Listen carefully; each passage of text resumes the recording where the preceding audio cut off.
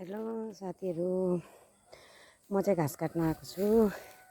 आज कस्तो मजाको मतलब ओबानो घाँस हेर्नु नि एकैछिनमा क्या मजाले काटेको।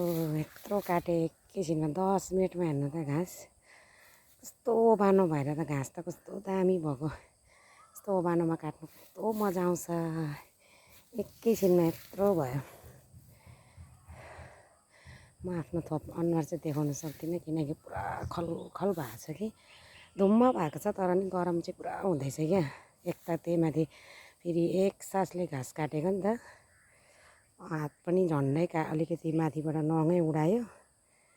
आँखा नहेरी काट्ने भएर छिटो गरेको अरे। यस्तो हल्का हुन्छ नि यस्तो घाँस काट्नु त मजा आउँदैन। हेर्नु नि क्या दामी कत्रो रास भएको छ घाँस, हल्का न हल्का।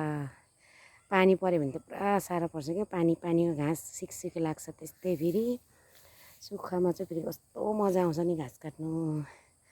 आजलाई चाहिँ पुग्यो। साथीहरू भेटौँला अर्को भिडियोतिर। By by.